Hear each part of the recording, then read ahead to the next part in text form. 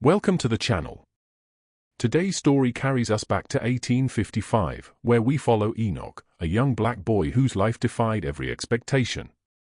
While sickness devastated those around him, disease never touched his young body, a mystery that sowed fear, faith, and silence among those who claimed to own him. This is a powerful and unsettling story. So, take a moment, breathe, and listen carefully. Before we begin, subscribe to the channel and write in the comments which city and country you're listening from. Your participation helps ensure these stories are remembered, never erased. Let's begin. In the summer of 1855, on a cotton plantation 12 miles south of Baton Rouge, Louisiana, a baby was born who would never know sickness. His mother named him Enoch, after the biblical figure who walked with God and did not die. She could not have known how fitting that name would become. She could not have known her son would walk through plagues untouched, survive horrors that killed stronger men, and return decades later to haunt the men who had treated him like an animal. This is the true story of Enoch. The boy they called blessed, the man they called cursed, and the legend that still echoes through the Louisiana bayou to this day. To understand the world Enoch was born into, you must first understand Louisiana in 1855. The state was the heart of the American Cotton Empire, producing over 700,000 bales of cotton each year. That cotton was picked, sorted, and processed by the hands of enslaved people, over 300,000 of them across the state. They worked from sunrise to sunset, 6 days a week, under the brutal Louisiana sun. They lived in cramped cabins with dirt floors and no windows. They ate what their masters gave them, usually cornmeal and salt pork, rarely enough to fill their bellies. They were property, listed in ledgers alongside horses and plows. They could be bought, sold, traded, or killed at their owner's whim. This was the world that waited for Enoch when he took his first breath on August 14, 1855. The Magnolia plantation stretched across 2,000 acres of rich delta soil along the banks of the Mississippi River. The land was flat and fertile, ideal for growing cotton. The plantation had been carved from the Louisiana wilderness in 1792 by Colonel Whitmore's grandfather, a Virginia tobacco planter who had seen the future in cotton and moved his entire operation south. 3 generations of Whitmores had built their fortune on this land. And 3 generations of enslaved people had suffered and died to make that fortune possible. In 1855, Magnolia was owned by Colonel Harlan James Whitmore, the founder's grandson. He was 50 years old, tall and lean, with gray hair and cold blue eyes that never seemed to blink. He had served in the Mexican-American War and earned his title honestly, leading a company of Louisiana volunteers at the Battle of Monterey. He returned from the war with a slight limp, a collection of medals, and an even harder heart than he had taken with him. His neighbors respected him. His slaves feared him. His family obeyed him without question. The plantation held 312 enslaved men, women, and children. Housed in 47 cabins arranged in neat rows behind the main house. The main house itself was a grand structure, 3 stories tall with white columns and a wide veranda where the Whitmore family took their evening meals when the weather was pleasant. Inside, the floors were polished hardwood. The furniture was imported from France, and the walls were decorated with paintings of English hunting scenes. It was a monument to wealth and power, built entirely on human suffering. Colonel Whitmore kept meticulous records. He had learned bookkeeping as a young man and applied those skills to managing his human property with the same precision a merchant might use to track inventory. He recorded births and deaths in a large leather-bound ledger, noting the date, the mother's name, and whether the child survived its first week. He recorded purchases and sales, listing the price paid or received, the buyer or seller's name, and any notable characteristics of the person being traded. He recorded punishments, noting how many lashes were administered and for what offense. He recorded pounds of cotton picked by each worker, comparing their daily totals to determine who was productive and who was not. His ledgers, which still exist today in the Louisiana State Archives, tell the story of a man who viewed human beings as inventory. Nothing more, nothing less. Enoch's mother was a woman named Sarah.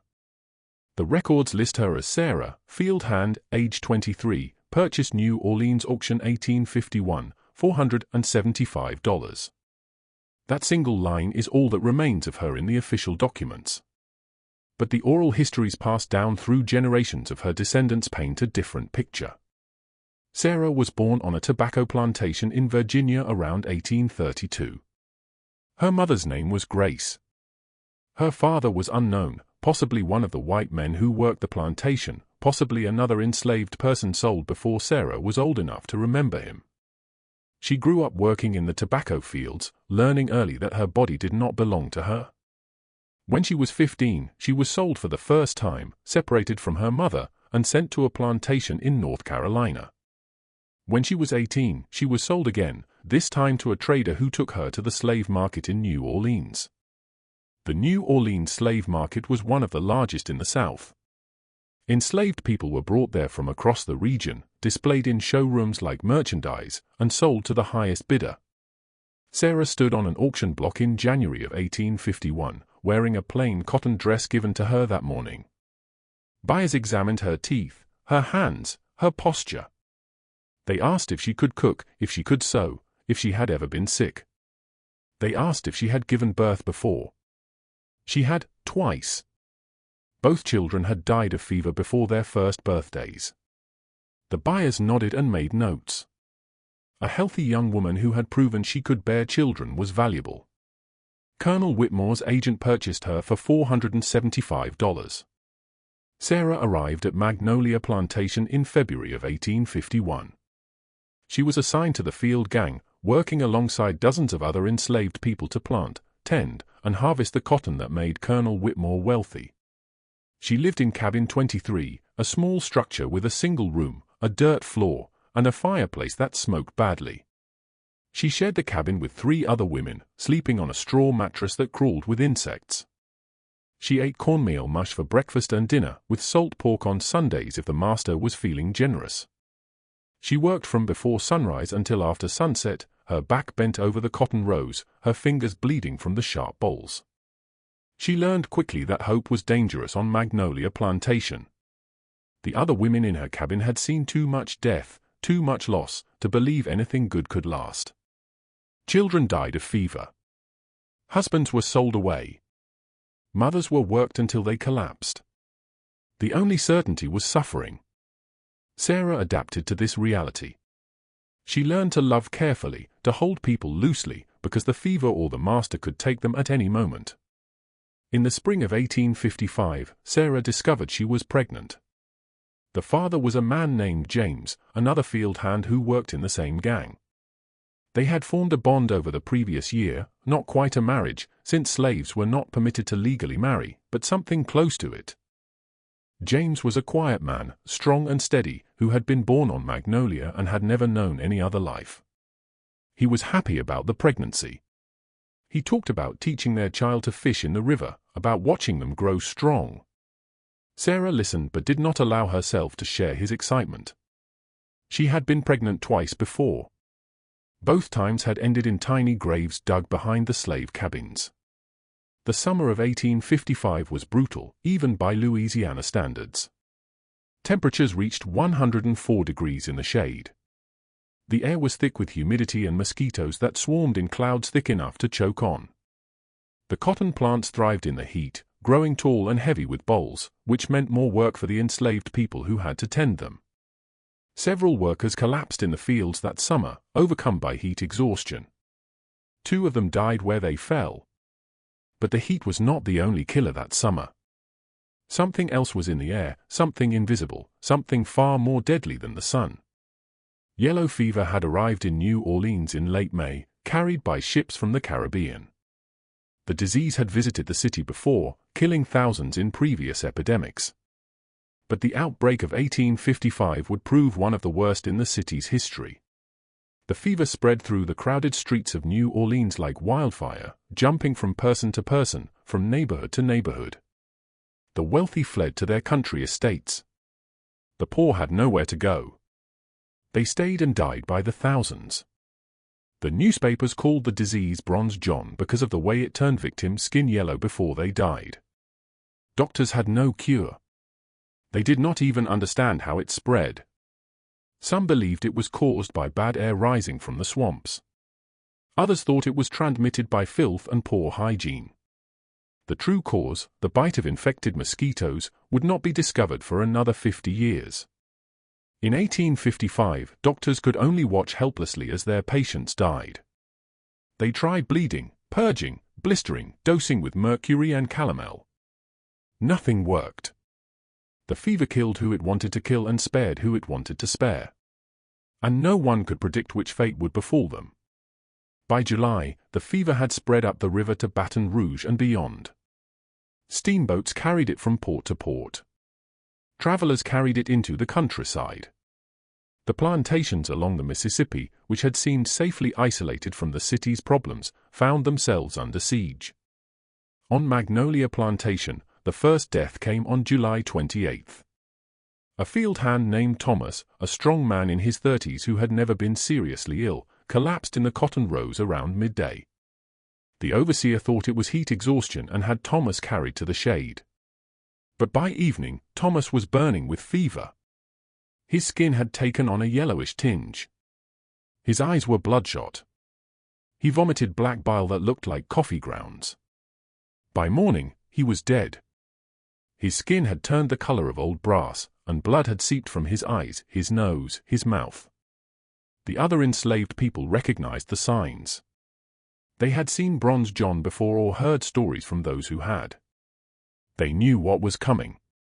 3 days later, 2 more workers died, a woman named Betsy and a man named Solomon, both from the same row of cabins as Thomas. Then 5 more died. Then 12. The fever moved through the slave quarters like a scythe through wheat, cutting down the healthy and the weak alike. Colonel Whitmore ordered the sick to be isolated in a barn at the edge of the property, hoping to contain the spread. It made no difference. The fever jumped from cabin to cabin, carried by mosquitoes that bred in the standing water all around the plantation. Then the fever jumped from the slave quarters to the main house. Colonel Whitmore's youngest daughter, Elizabeth, was 7 years old. She had blonde hair, blue eyes, and a laugh that could be heard across the plantation. She was her father's favorite, the child who could do no wrong, who could climb onto his lap and ask for anything and receive it. She fell ill on August 17th. By August 19th, she was dead. Her small body was dressed in her finest clothes and laid in a coffin made of polished mahogany. The funeral was held the next day, and Colonel Whitmore, for the first time anyone could remember, wept openly. For days after Elizabeth's funeral, the colonel's wife, Margaret, succumbed to the fever. She had nursed her daughter through her final hours, never leaving her bedside, and the disease had taken her too. Margaret Whitmore was 43 years old. She had been married to the colonel for 25 years and had given him 6 children, 4 of whom survived to adulthood.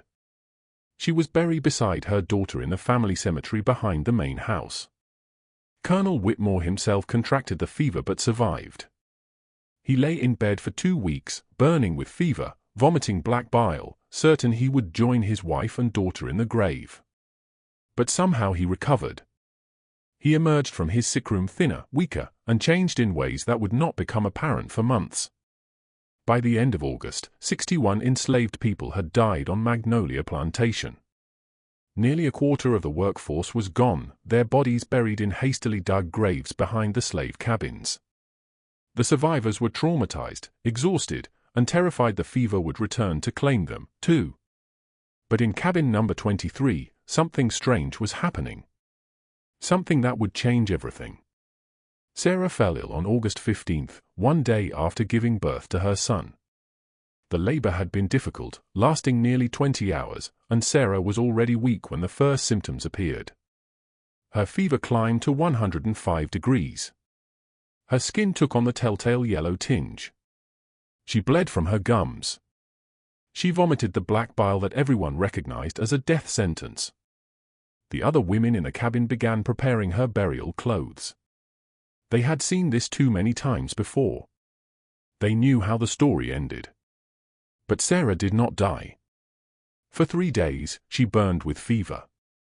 For 3 days, she drifted in and out of consciousness, calling out for her mother, for James, for her dead children. For 3 days, her newborn son lay beside her, crying for milk. She was too weak to provide. The other women in the cabin took turns feeding the baby with a rag dipped in sugar water, keeping him alive while his mother fought for her own life. On the fourth day, Sarah's fever broke. She opened her eyes and asked for water. She was weak, so weak she could barely lift her head, but she was alive. The women in the cabin stared at her in disbelief. No one survived the black vomit. No one. And yet here was Sarah, alive and asking to see her baby. But the truly miraculous thing was not Sarah's survival. It was her son. The baby had been exposed to the fever at the most vulnerable moment of his life. He had nursed at his mother's breast while she was sick. He had slept beside her while she burned with fever. He had breathed the same air, touched her yellowed skin, ingested her infected milk. By every measure of medical understanding, he should have been dead. Infants had no resistance to yellow fever. They died faster than adults, sometimes within hours of showing symptoms. But this baby showed no symptoms at all. Not a fever, not a rash, not even a fussy night. While death walked through Magnolia Plantation, claiming victims by the dozen, while strong men and healthy women dropped like flies, the newborn baby in cabin 23 slept peacefully in his mother's arms. He fed well. He gained weight. He cried when he was hungry and quieted when he was held. He was, by every appearance, a perfectly healthy infant. The older enslaved people noticed first. They whispered among themselves, watching the baby who should have died but did not. An elderly woman named Aunt Phoebe, who had been on the plantation for over 40 years and had seen more death than anyone should have to witness, came to cabin 23 to see the child for herself. Aunt Phoebe was a respected figure among the enslaved community. She was too old for field work and served as a healer, using herbs and prayers to treat the sick when the white doctors would not come. She had delivered hundreds of babies over the years, including many who had not survived their first week. She had seen miracles, and she had seen tragedies, and she had learned to tell the difference. She held the baby in her arms, examining him closely. She looked at his eyes, his tongue, the color of his skin. She felt his forehead, listened to his breathing, watched how he moved. Then she handed him back to Sarah and spoke in a voice that carried the weight of decades of wisdom. "This child is marked by God," she said. "I have seen it only once before, back in Virginia many years ago. A child born with a caul over its face who never caught any illness and lived to be 90 years old. This boy has the same blessing. No sickness will ever touch him." She paused, and her voice dropped lower. "But you must guard him carefully, Sarah. You must keep this gift hidden, because if the white folks find out, they will never leave him alone. They will want to know why. They will want to use him. They will take him from you and do terrible things to learn his secret. Do you understand?" Sarah understood. She had already lost 2 children to fever. She would do anything to protect this one. She named him Enoch, after the biblical figure who walked with God and did not die. It was a name of hope, a name of faith, a name that carried the weight of the miracle she believed he represented. James, the baby's father, agreed to the name. He had not been allowed to attend the birth, but he came to see his son as soon as the fever released its grip on the cabin. He held the baby in his work-roughened hands and made promises that he would not be able to keep. But secrets are hard to keep on a plantation. Everyone sees everything. Everyone talks. Within a week, the whispers about the miracle baby in cabin 23 had spread to every corner of Magnolia Plantation. Within 2 weeks, those whispers had reached the main house. The yellow fever epidemic of 1855 killed over 8,000 people in Louisiana before it finally subsided in November. It was one of the deadliest outbreaks in the state's history, devastating cities and plantations alike. In New Orleans alone, over 4,000 people died. The bodies piled up faster than they could be buried. The stench of death hung over the city for months. On Magnolia Plantation, 73 enslaved people died, along with 6 members of the Whitmore family and their staff. Colonel Whitmore lost his wife, his daughter, his personal valet, 2 housemaids, and his elderly mother, who had lived in a cottage behind the main house. The financial losses were staggering. Nearly a quarter of his workforce was gone, and the cotton they would have harvested rotted in the fields for lack of hands to pick it. Colonel Whitmore emerged from the epidemic a changed man. The confident, commanding figure who had ruled Magnolia with an iron fist was gone. In his place was someone harder, colder, more calculating. The man who had always believed that wealth and whiteness could protect him from anything had learned that death did not care about the color of your skin or the size of your bank account. His wife had died in his arms. His daughter had died calling for him. All his money, all his power, all his slaves had not been able to save them. He became obsessed with understanding why some people survived and others did not. He read medical journals late into the night. He corresponded with doctors in New Orleans and beyond. He questioned his own physicians about the nature of immunity and resistance to disease. He was searching for something, anything, that would explain why he had lived while his family had died. And eventually, inevitably, he heard the whispers about the baby in cabin 23. Colonel Whitmore summoned Sarah and her baby to the main house in December of 1855. It was the first time Sarah had ever set foot inside the grand structure where the Whitmore family lived. She walked through the front door carrying Enoch in her arms, her heart pounding with fear. She did not know what the colonel wanted. She only knew that when the master summoned you, nothing good ever followed. The colonel was waiting in his study, a large room lined with bookshelves and furnished with leather chairs. He sat behind a mahogany desk, his ledgers open before him, his cold blue eyes fixed on the baby in Sarah's arms. "Set him on the desk," the colonel ordered. Sarah hesitated. The desk was covered with papers and ink bottles. It seemed wrong to place a baby there, like setting a child on an altar. "Do it," the colonel repeated, his voice carrying the tone of a man who was not accustomed to being disobeyed. Sarah placed Enoch on the desk. The baby looked up at the strange white man looming over him and began to cry. Colonel Whitmore examined the baby himself, looking for any visible sign of his supposed immunity. He checked the baby's eyes, his ears, his mouth. He felt his limbs and his belly.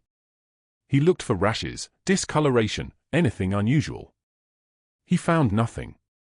Enoch looked like any other healthy infant, perhaps a bit plumper than most slave children, but otherwise unremarkable. But Whitmore was not satisfied. He had heard too many stories from too many sources to dismiss the possibility that this child was special. He needed expert confirmation.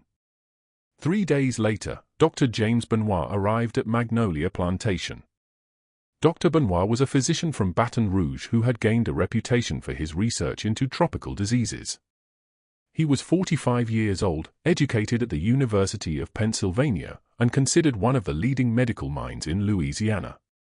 He had published papers on yellow fever, cholera, and malaria. He had treated governors and senators. He charged fees that only the wealthy could afford. He was also a firm believer in the racial theories of his time. He believed that black people were biologically different from white people, inferior in intelligence, but perhaps superior in physical endurance and resistance to certain diseases. He saw enslaved people not as human beings, but as subjects for study, resources for scientific inquiry. When Colonel Whitmore wrote to him about a slave infant who appeared immune to yellow fever, he was intrigued enough to make the journey to Magnolia. Dr. Benoit's examination of Enoch lasted 2 hours. He brought a case full of medical instruments, tools of measurement and observation that he had used on countless patients over the years. He measured the baby's skull with brass calipers, recording the dimensions in a leather-bound notebook. He believed, as many doctors of his era did, that skull shape and size were indicators of intelligence and character. He measured the baby's limbs, comparing the proportions to charts he had developed from previous examinations of white and black infants. He examined Enoch's blood under a microscope, pricking the baby's finger to draw a sample and spreading it on a glass slide. He was searching for any visible difference from white blood samples, any anomaly that might explain the reported immunity. He found nothing unusual, but he noted this negative finding as potentially significant. He pricked Enoch's skin with needles and observed how quickly the wounds healed. He listened to his heart and lungs with a stethoscope, counting the beats per minute and the breaths per minute, comparing them to established norms.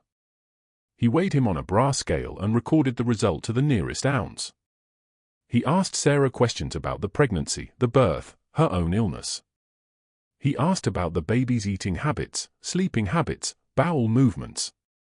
He asked if the baby had been exposed to any other sick people since his birth. Sarah answered as briefly as possible, giving only the information that was demanded of her. She did not trust this white doctor with his instruments and notebooks. She did not trust anyone in this room. Dr. Benoit's notes from that examination, which were discovered in 1897 in the archives of the Louisiana Medical Society, reveal the assumptions and prejudices of 19th-century medicine. He wrote that the Negro infant displays remarkable resistance to pathological agents and theorized that this might be related to what he called the peculiar constitution of the African race. He speculated that some Negroes might possess a natural immunity to diseases that devastated white populations and that this immunity might be hereditary. He did not see Enoch as a child. He did not see him as a person with a mother who loved him, a father who dreamed of teaching him to fish, a future that extended beyond the walls of this plantation. He saw him as a specimen, a puzzle to be solved, a resource to be exploited. In his final assessment, Benoit noted that further study would require repeated examinations over many years, and that the subject should be kept in optimal health to preserve his scientific value. He recommended that Enoch be fed better than the average slave child, housed separately from sick individuals, and made available for periodic examination by qualified medical professionals. Then he told Colonel Whitmore what the baby was worth. The conversation that followed changed everything. Dr. Benoit explained that medical researchers throughout the country would pay substantial sums to study a subject with apparent immunity to disease. Universities, medical societies, private physicians, even the government might be interested in examining such a rare specimen. A healthy adult male field hand in 1855 sold for approximately $1,200 at auction. Dr. Benoit suggested that Enoch's unique properties could make him worth 10 times that amount over his lifetime if properly managed. He proposed a business arrangement. Colonel Whitmore would retain ownership of the child but would lease him to interested parties for examination and study. Each examination would generate fees that would be split between Whitmore and whoever facilitated the arrangement. Over time, as the child grew and his immunity could be tested more rigorously, those fees would increase. It was, Benoit assured him, an extraordinary opportunity. That night, Colonel Whitmore wrote in his personal journal a passage that would later be used as evidence in post-Civil War trials. He wrote, and I quote directly from the original document, "The Negro child, Enoch, represents an extraordinary opportunity. I shall not sell him outright, but shall instead lease him to interested parties for examination and study. In this way, I shall retain ownership of the asset while generating substantial revenue from his unusual condition. Providence has seen fit to compensate me for my losses." He saw the death of his wife and daughter as an inconvenience. He saw the miraculous survival of a baby as a business opportunity. Sarah was not told about this arrangement. She was simply informed that her son would be moved from the cabin to the plantation infirmary, where he would be better cared for. She was told that this was a privilege, that she should be grateful. She was not told that her child had just become the most valuable piece of property on Magnolia Plantation. Enoch's childhood, if it can be called that, was unlike anything experienced by other enslaved children on the plantation. Most children born into slavery on Louisiana plantations spent their first years in the care of elderly women who were too old for field work. They lived in the slave quarters with their mothers when those mothers were not working and played with other children in the dirt roads between the cabins. By age 5 or 6, they began doing light work around the plantation, carrying water to field workers, collecting firewood, chasing birds away from the crops. By age 7 or 8, they joined the field gangs, picking cotton under the brutal sun, learning early that their bodies belonged to someone else. Enoch never picked cotton. He never carried water or collected firewood. He never played with other children in the dirt roads. Instead, he was kept in a small room in the plantation's infirmary, a building that had been constructed during the yellow fever epidemic and was now used primarily for housing sick workers until they recovered or died. His room was clean and dry, unlike the cabins where other enslaved people lived. He had a proper bed with a mattress and blankets. He ate better food than any other enslaved person on the plantation, meat and vegetables and bread, because Colonel Whitmore understood that a healthy specimen was worth more than a malnourished one. A doctor visited him regularly to monitor his health and growth. By the standards of slavery, he was treated well. But the food came at a terrible price. Several times a year, doctors and medical researchers would arrive at Magnolia to examine Enoch. They came from New Orleans, from Memphis, from Natchez and Mobile and Atlanta. Some came from as far away as Philadelphia and Boston, making the long journey south specifically to study the slave boy who could not be killed by disease. They paid Colonel Whitmore between $50 and $200 for each visit, depending on the length and nature of their examinations. The colonel kept meticulous records of these payments, just as he kept records of everything else. His ledgers show that by 1860 he had earned over $3,000 from leasing Enoch to medical researchers. That was more than double the purchase price of the most expensive enslaved adult on the plantation. The examinations themselves were nightmares. The doctors drew blood from Enoch's veins, sometimes taking so much that the boy grew dizzy and had to lie down for hours afterward. They collected samples of his hair, his fingernails, his saliva, his urine, his feces. They measured every part of his body with calipers and tape measures, recording the dimensions in notebooks they would later publish in medical journals. They weighed him monthly and charted his growth. They photographed him using the new daguerreotype technology, creating images that were circulated among medical societies across the country. They exposed him to sick patients to see if he would catch their diseases. They brought children infected with measles and had Enoch sleep in the same bed with them for a week. The other children broke out in rashes, burned with fever, sometimes died. Enoch remained healthy. They brought adults dying of smallpox and had Enoch sit beside them for hours, breathing the same air, touching their pustule-covered skin. The adults died. Enoch remained healthy. They injected him with blood taken from cholera victims, using syringes that were not properly sterilized, that sometimes caused infections at the injection sites. The infections healed. Enoch did not develop cholera. They rubbed typhoid-infected material into small cuts on his arms, documenting the process with detailed notes and sketches. The cuts healed. Enoch did not develop typhoid. Through all of this, Enoch remained healthy. The diseases that killed thousands every year across the South could not touch him. The doctors were fascinated. They wrote papers about him. They debated theories about his immunity. They planned increasingly invasive experiments. And through it all, Enoch endured. He had no choice. Sarah tried to protect her son. She begged Colonel Whitmore to leave him alone, to let him live like a normal child. She offered to work double shifts in the fields, to pick twice as much cotton as anyone else, to do anything if he would just let Enoch be. The colonel refused. He told Sarah that she should be grateful. Her son lived in the infirmary, not in the fields.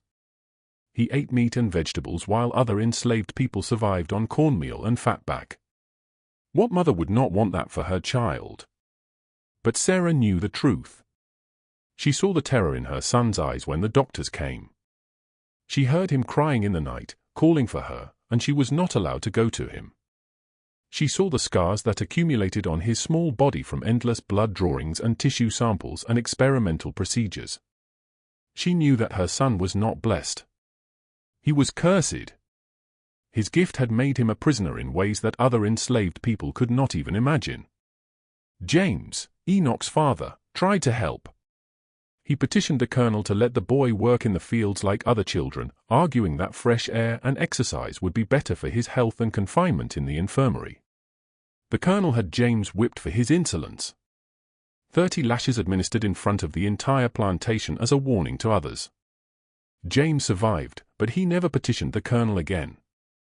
In 1859, when Enoch was 4 years old, tragedy struck. Cholera swept through the slave quarters that September, another in the endless series of epidemics that plagued Louisiana plantations. The disease moved fast, killing victims within days of infection. The symptoms were horrific: uncontrollable vomiting and diarrhea that drained the body of fluids, leg cramps so severe that victims screamed in agony, a thirst that could not be quenched no matter how much water they drank. Sarah fell ill on September 4th. She had been working in the fields all day, and by evening she was too weak to walk back to her cabin. Other workers carried her home, already fearing the worst. By the next morning, she was showing all the classic symptoms: the vomiting, the diarrhea, the cramping, the insatiable thirst. Enoch was brought to see his mother. The doctors wanted to observe what would happen when he was exposed to cholera in a natural setting rather than through injection. They sat the 4-year-old boy beside his dying mother and watched, taking notes, recording observations. Sarah died on September 7th after 3 days of agonizing illness. She was 27 years old. She had survived the Middle Passage that brought her ancestors from Africa. She had survived the brutality of slavery in Virginia and North Carolina. She had survived the auction block in New Orleans and the yellow fever epidemic of 1855. But she could not survive cholera. Enoch sat beside her throughout her final hours. He held her hand as much as a 4-year-old could hold anything. He did not fully understand what was happening, but he understood that his mother was in pain, that she was scared, that she was leaving him. He cried for her. He begged her not to go. She was too weak to respond. She died with her eyes open, staring at her son, trying to say something that would never be said. Enoch did not catch the disease. Of course he did not. The doctors recorded this observation in their notebooks and discussed it among themselves, debating what it meant, what it proved, what further experiments might reveal. They did not offer the boy comfort. They did not acknowledge his grief. To them, he was not a child who had just lost his mother. He was a specimen that had just been exposed to another pathogen. James, Enoch's father, died 2 days later. The cholera took him too, along with 14 other enslaved people on the plantation. In the space of a week, Enoch had become an orphan. Aunt Phoebe, the elderly woman who had first recognized Enoch's gift, took charge of him after his parents' death. She was the closest thing to family he had left on Magnolia Plantation. The colonel allowed this arrangement because Aunt Phoebe was too old for fieldwork and had no other duties. She could watch over the boy between medical examinations without costing the plantation any productive labor. Aunt Phoebe loved Enoch in a way that no one else on the plantation could. She had known his mother. She had delivered him into the world. She had seen the gift that set him apart and had tried, unsuccessfully, to protect him from those who would exploit it. Now she was determined to give him something that the doctors and the colonel could never take away. She was determined to give him knowledge. Teaching enslaved people to read was illegal in Louisiana. The law, passed in 1830, imposed fines and imprisonment on anyone who taught a slave to read or write. The reasoning was simple: literate slaves were dangerous slaves. They might forge passes to escape. They might read abolitionist literature and get ideas about freedom. They might communicate with other slaves and organize resistance. The white population of Louisiana had decided that ignorance was the best way to keep their human property under control. But Aunt Phoebe had learned to read decades earlier, taught by a kind mistress on a plantation in Virginia who had ignored the law. She had kept this knowledge hidden for over 40 years, reading in secret, treasuring the few books she had managed to acquire over the decades. Now she shared this forbidden gift with Enoch. They met late at night, after the doctors had finished their examinations, after the overseers had gone to bed, after the plantation had settled into the silence of exhausted sleep. Aunt Phoebe would come to Enoch's room in the infirmary with a tattered Bible she had hidden for decades. By the light of a single candle, she taught him to recognize letters, to sound out words, to read the stories of Moses and Daniel and Jesus. She told him about his mother, about her strength and her love and her determination to protect him. She told him about Africa, about the homeland that their ancestors had been stolen from, about the proud civilizations that had existed there before the white men came with their ships and their chains. She told him about the God who saw everything, even when men pretended he did not exist. She told him that his gift was not an accident, that God had made him immune to disease for a purpose, even if that purpose was not yet clear. Enoch listened to everything. He absorbed knowledge like dry earth absorbs rain. By age 6, he could read the Bible fluently. By age 7, he was reading whatever books Aunt Phoebe could smuggle to him in newspapers, almanacs, even a tattered copy of Shakespeare's plays that had been discarded by the Whitmore family. But more important than reading, Enoch learned to remember. Aunt Phoebe taught him to keep a record in his head of everything that happened to him, every face that appeared before him, every name that was spoken in his presence. She knew that written records could be destroyed or confiscated, but memories were portable. They could not be taken away. They could not be burned or hidden or lost. Remember everything, she told him. Remember who hurts you and who helps you. Remember what they say and what they do. Because someday, child, someday things will be different. And when that day comes, you will need to know who your enemies are. Enoch did as she instructed. He began keeping a mental list of every person who had participated in his exploitation. The doctors who drew his blood. The researchers who injected him with diseases.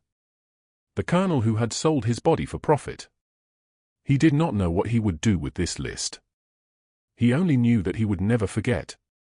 By 1860, Colonel Whitmore had earned over $3,000 from leasing Enoch to medical researchers. That was more than double the purchase price of the most expensive enslaved adult on Magnolia Plantation. The colonel saw no reason to stop. He began advertising Enoch's services in medical journals and newspapers across the South.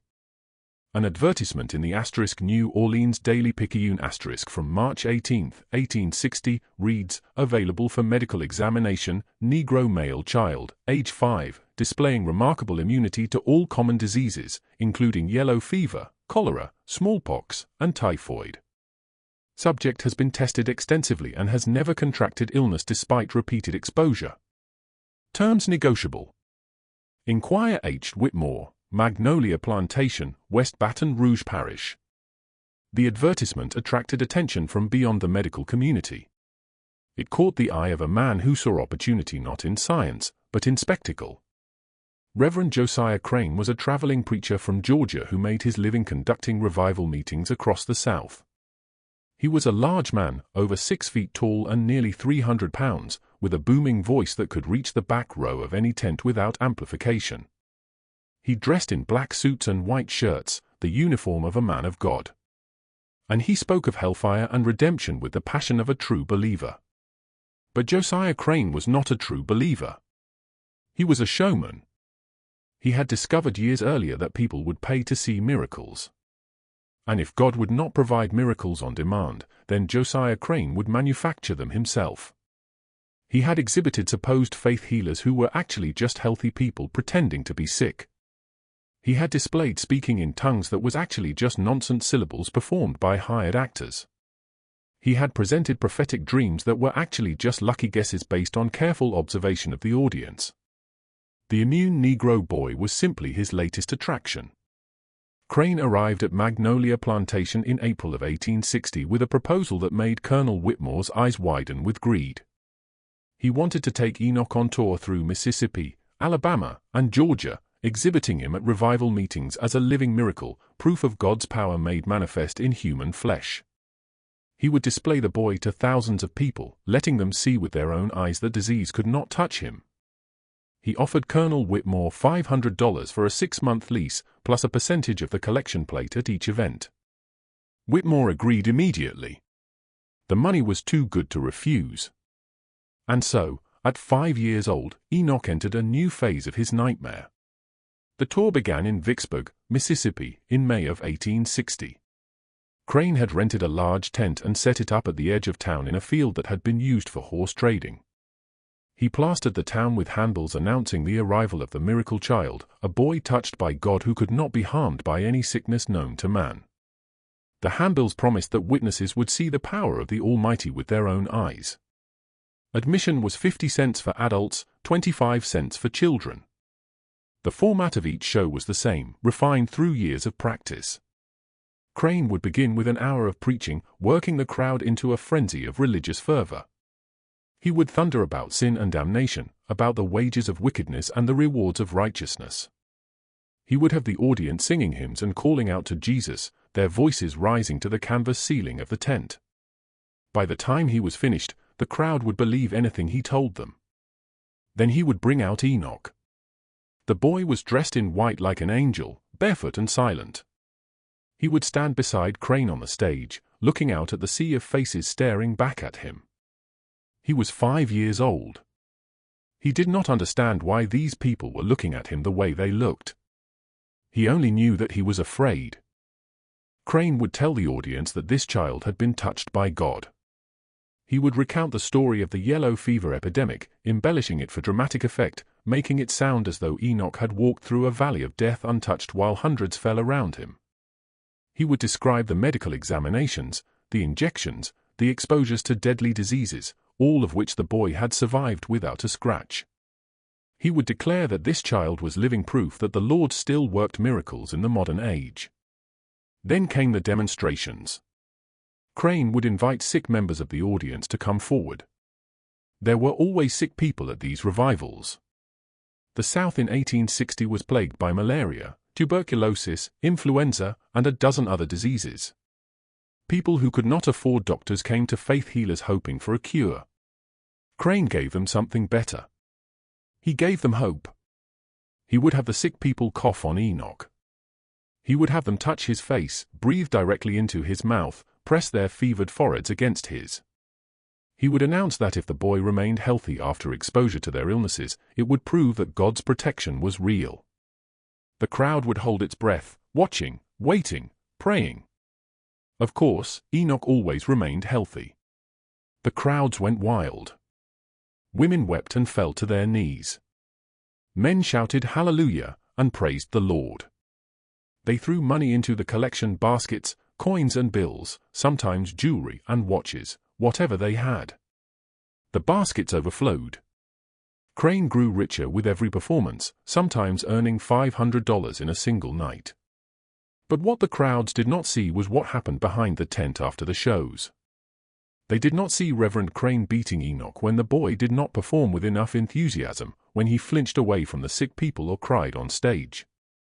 They did not see the leather strap that Crane kept in his travel trunk, worn smooth from use. They did not see the welts it left on Enoch's back and legs, hidden beneath the white angel costume. They did not see the chains that kept the boy locked to a post at night, preventing him from running away. They did not see the bucket in the corner of Crane's wagon that served as Enoch's only toilet. They did not see the moldy bread and dirty water that were his only meals when the collections were low. To Josiah Crane, Enoch was not a child or a miracle. He was a prop, an investment, a tool for separating fools from their money. He treated the boy with the same casual cruelty that he might treat a disobedient dog. When Enoch obeyed, he was fed. When Enoch disobeyed, he was beaten. It was simple, efficient, and utterly devoid of human compassion. The tour lasted 8 months, carrying Enoch. He did not know what he would do with that list. He only knew that he would never forget. The year 1861 brought changes that even Colonel Whitmore had not anticipated. On April 12, Confederate forces opened fire on Fort Sumter in South Carolina, beginning the bloodiest war in American history. Within weeks, Louisiana had seceded from the Union and joined the Confederate States of America. The cotton economy that had made planters like Whitmore wealthy was about to collapse. The war disrupted everything. The Union Navy blockaded southern ports, cutting off cotton exports to the textile mills of England and France. Prices fell, credit dried up. The enslaved workers who had harvested the cotton were still there, still needing to be fed and clothed and housed, but there was no money coming in to pay for any of it. Medical researchers who had once traveled freely across the country to examine unusual cases now found their movements restricted by military activity.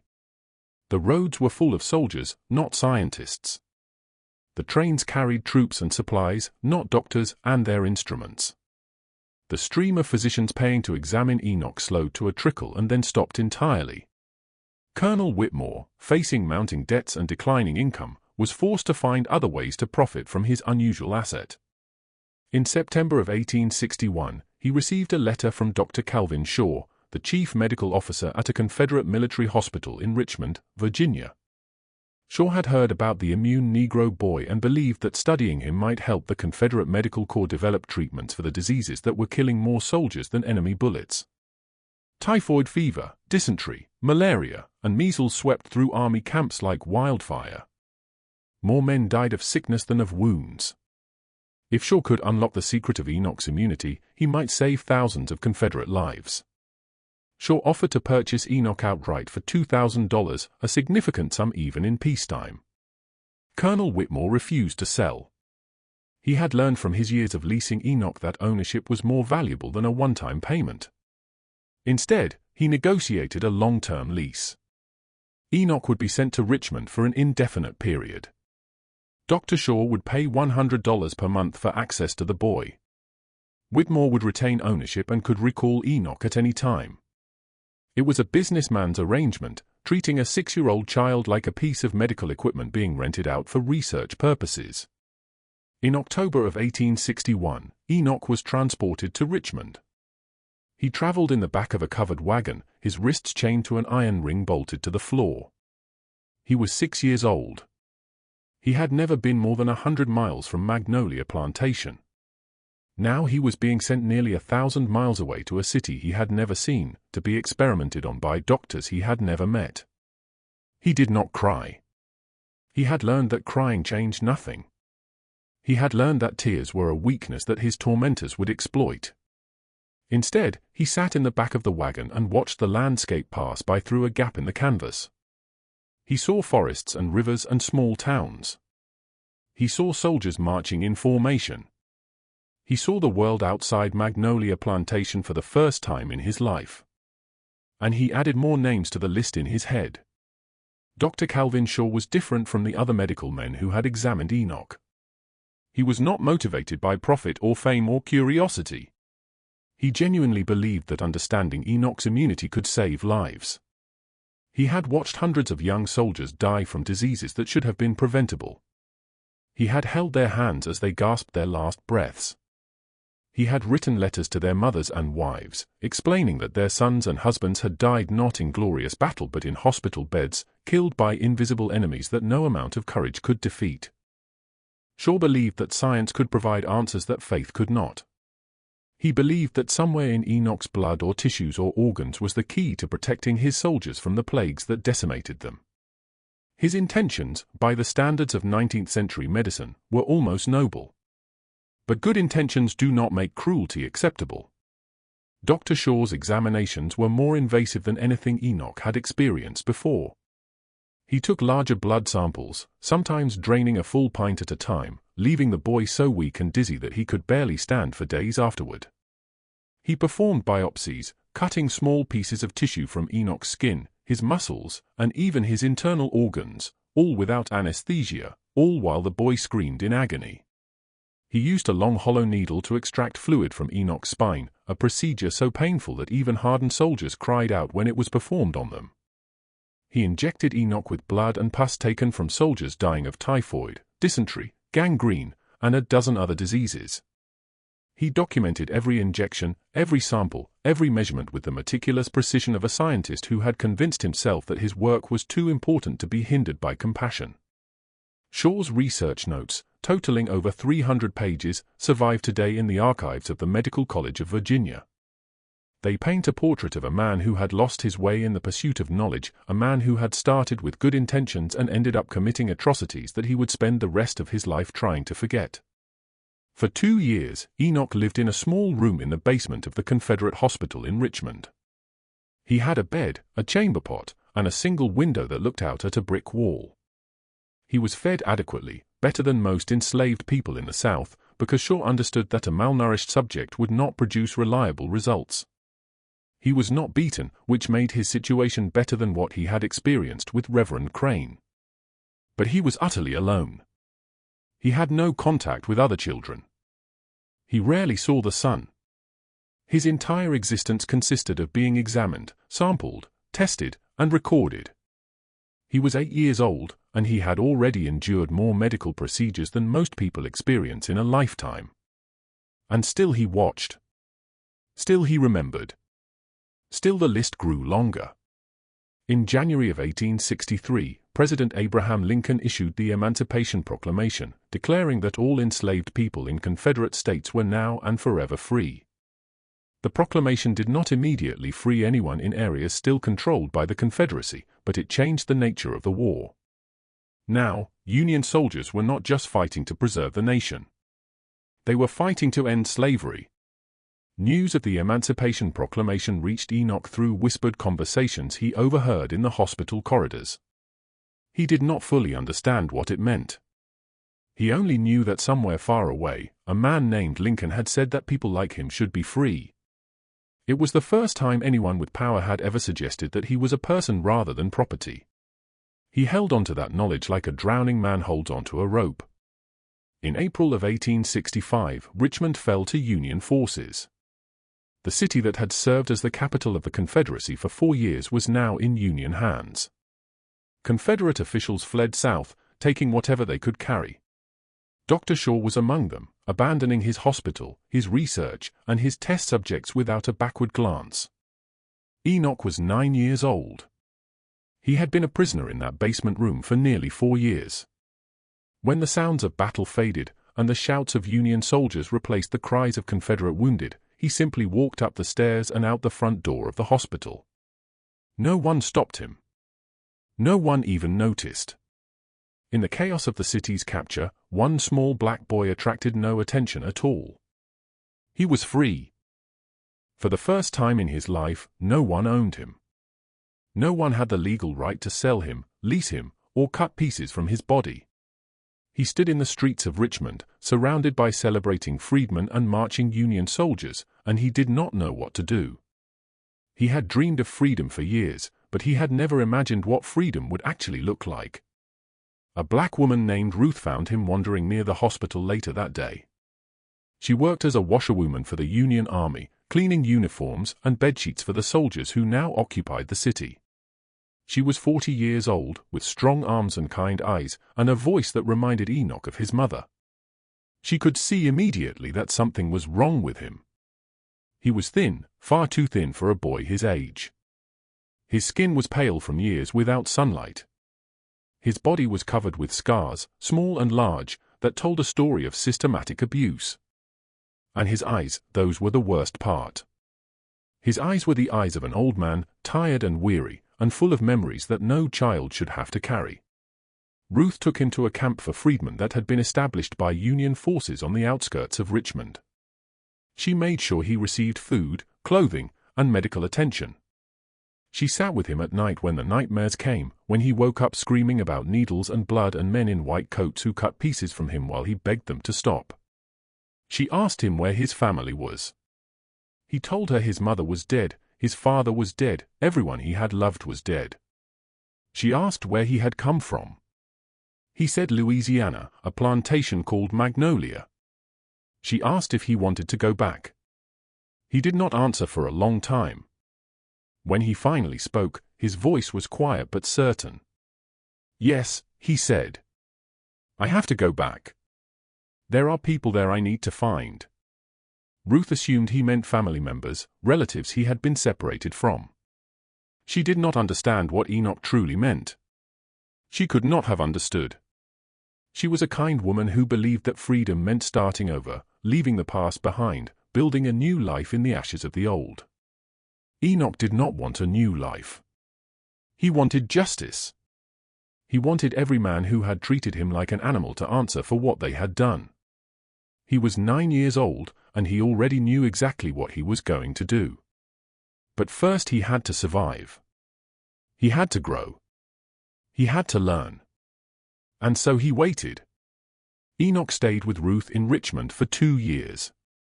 He worked odd jobs around the camp, carrying water, chopping firewood, running messages for the Union officers who administered the freedmen's affairs.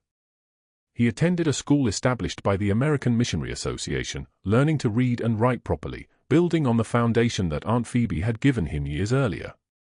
He was a voracious student. He read everything he could find: newspapers, history books, legal documents, even military manuals left behind by departing soldiers. He learned mathematics and geography. He learned how governments worked, how laws were made, how power was accumulated and exercised. He absorbed knowledge with an intensity that amazed his teachers. They did not know what drove him. They saw a bright, determined boy who had survived terrible things and was now making something of himself. They did not see the list of names that he carried in his head, growing longer with each passing year. They did not see the cold, patient anger that burned behind his eyes like banked coals waiting for fuel. In 1867, Ruth died of pneumonia. She had been coughing for weeks, growing weaker each day, until one morning she simply did not wake up. Enoch sat beside her body for hours, not crying, not speaking, just sitting. She had been the first person since Aunt Phoebe to show him genuine kindness. She had not wanted anything from him except to see him safe and healthy. Her death hit him harder than he had expected, but it also freed him from obligation. He had stayed in Richmond partly because of Ruth, partly because he was not yet ready to begin his journey. Now there was nothing holding him. He was 12 years old, strong for his age, educated far beyond most freedmen. It was time to go south. The journey took nearly a year.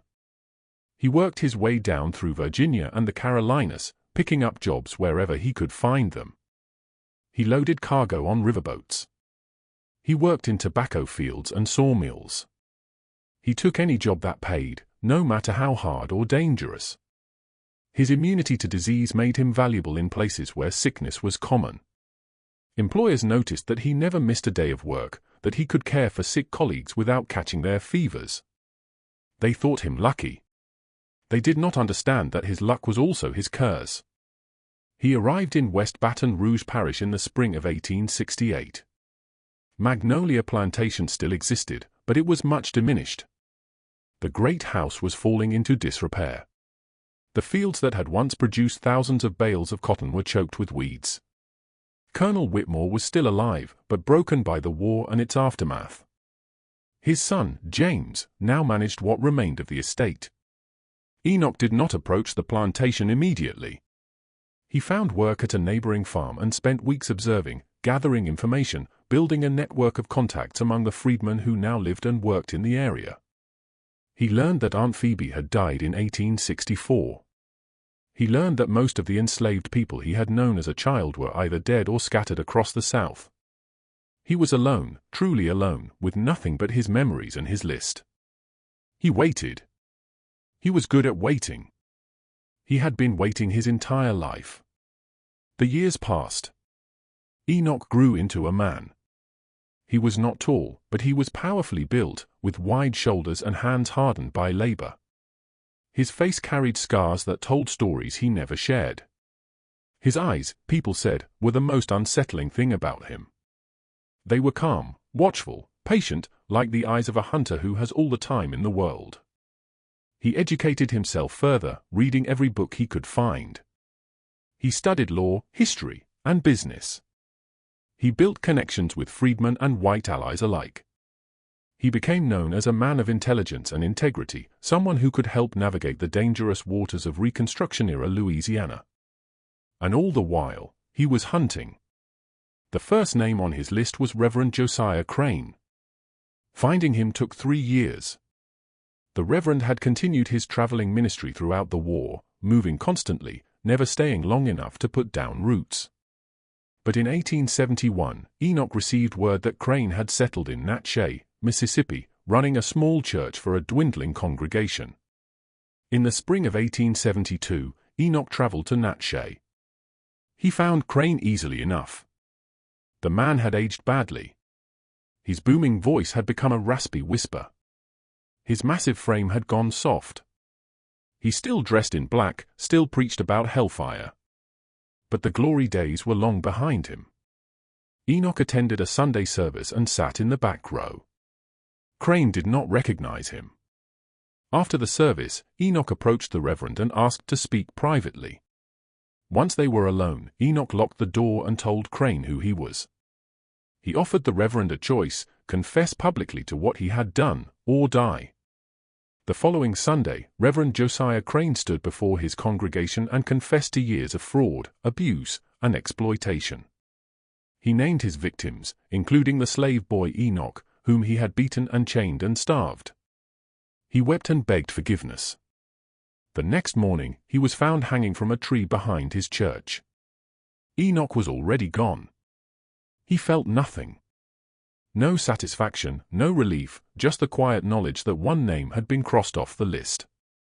9 remained.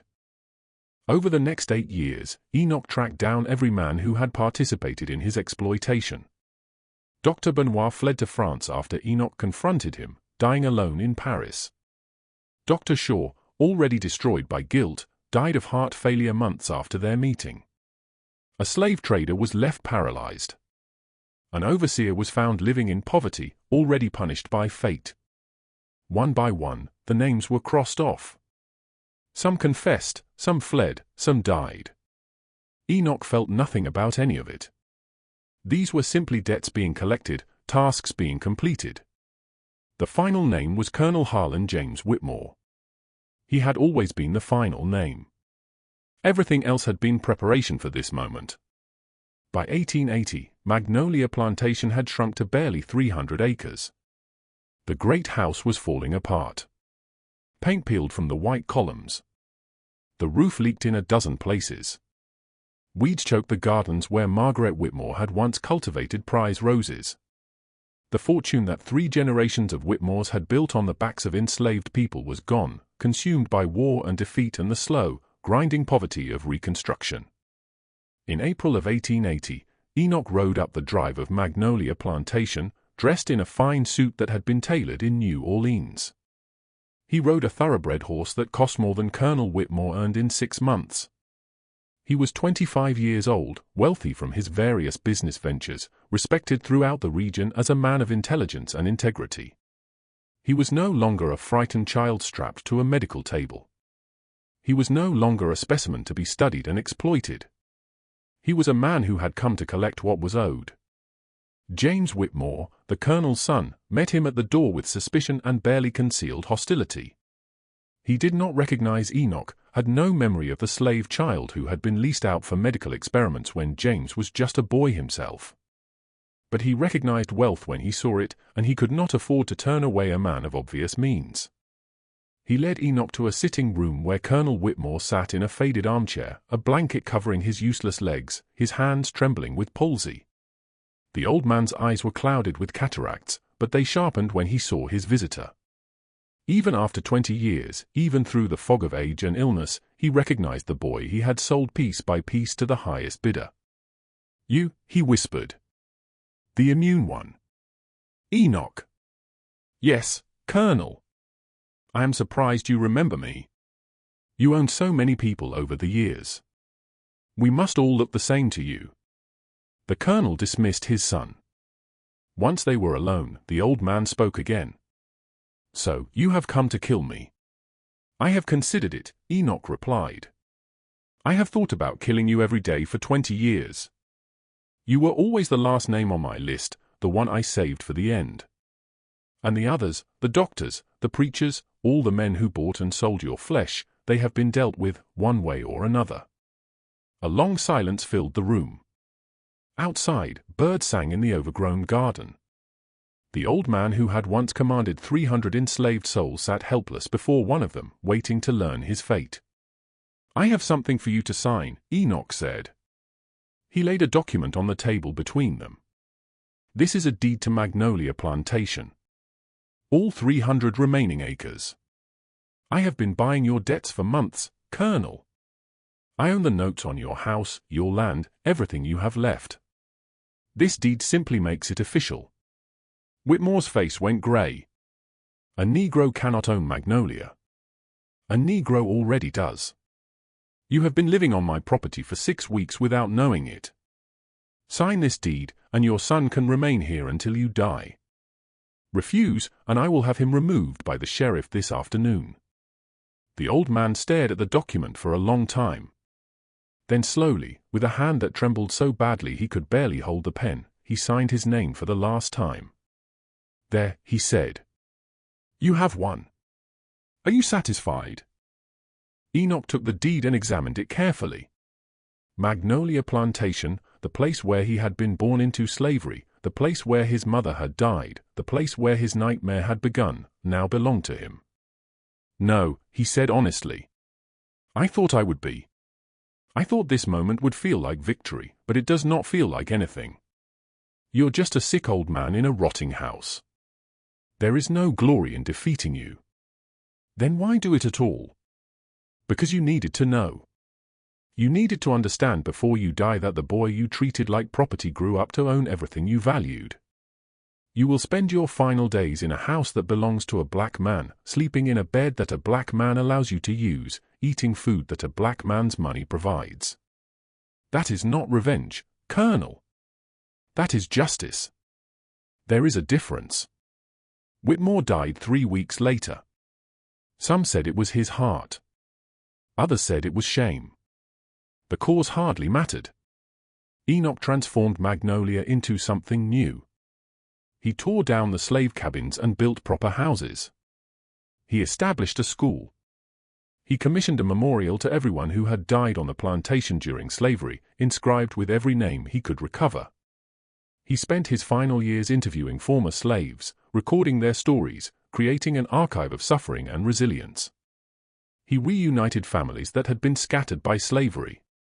He built something meaningful from the ruins of his pain. Enoch died on August 14, 1903, exactly 48 years after his birth. He was found in his study, surrounded by notebooks, a pen still in his hand. The doctor could find no cause of death. His body had simply decided that its work was complete. His headstone bears a single line from Genesis, and Enoch walked with God, and he was not, for God took him. The legend of Enoch spread through black communities across the South. Parents told their children about the boy who could not be killed, who survived slavery and experimentation and emerged to conquer his oppressors with patience, intelligence, and iron will. His story asks a question that we must all answer: what do we do with our pain? Enoch had every reason to become a monster.